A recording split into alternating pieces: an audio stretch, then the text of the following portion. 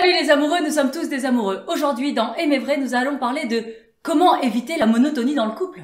Je suis Caroline. Et je suis Eloa. Nous sommes ensemble depuis plus de 8 ans et nous avons dépassé le plus gros challenge de toute relation, passer du couple blessé au couple sacré.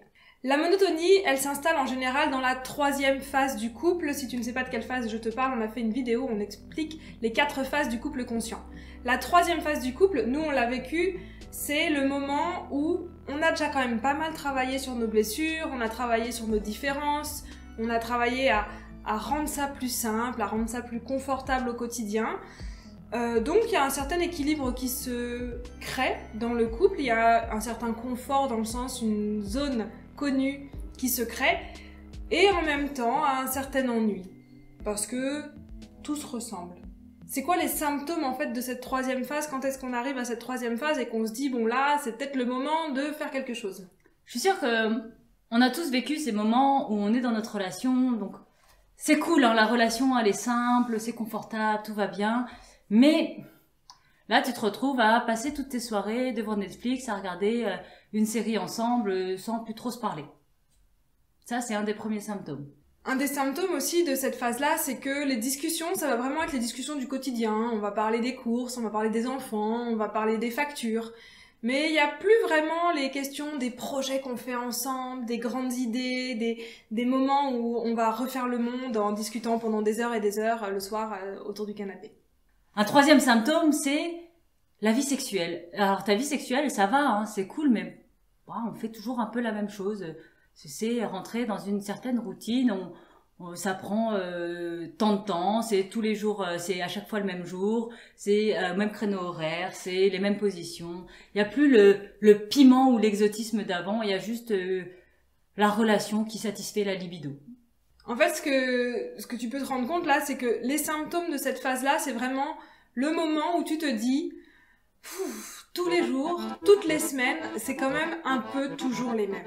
Quand on est là dans ta relation, tu te dis ah c'est cool, mais en fait je suis un peu comme avec un coloc. La cohabitation se passe plutôt bien. Comment est-ce que tu peux changer ça?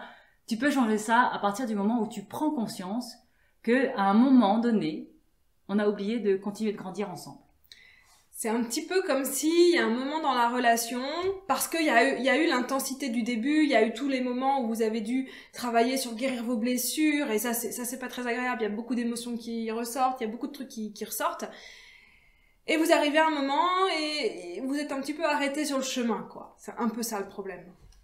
Parce que oui, en fait, quand c'est cool, c'est confortable, mais le confortable et le connu, ça n'a jamais aidé aucune relation. Sache-le. Par contre, de redécider ensemble, de grandir ensemble et de se remettre en mouvement, plus à partir de la douleur, parce que quand on est en phase 2 de notre couple, on est sur nos blessures activées, on est sur notre ego, on est sur ces luttes de pouvoir, et donc c'est la douleur qui nous pousse en avant et qui nous amène à grandir et à nous développer. Et là, en fait, ce qu'on veut, c'est continuer à grandir et à se développer, mais plus pousser en avant par la douleur, mais tirer en avant par nos rêves, par nos envies, par nos désirs de croissance ensemble. Donc comment est-ce que tu fais ça pour grandir ensemble? La meilleure chose à faire, c'est de planifier des expériences ensemble. Planifier du temps, planifier des moments où vous allez vraiment grandir. C'est-à-dire, regardez, c'est quoi pour vous grandir? C'est acquérir des nouvelles compétences, c'est faire des voyages, c'est développer un projet ensemble. Ça veut dire quoi pour vous grandir ensemble et planifier du temps pour faire ça? Alors par exemple avec Caroline, nous on aime le développement personnel, si jamais tu ne t'en es pas rendu compte. Nous aimons nous développer personnellement, mais nous développer personnellement ensemble. Parce qu'on a essayé de se développer personnellement chacune de notre côté, ça nous a pas aidé. Ah si, au départ. Mais après non. Ça nous a amené justement à voyager comme ça en parallèle, dans cette cohabitation confortable, mais pas très connectée. Et donc aujourd'hui, on planifie des stages de développement personnel ensemble. Là, par exemple, pour toute l'année prochaine, on a plusieurs immersions en développement personnel qui sont prévues et qu'on va faire ensemble.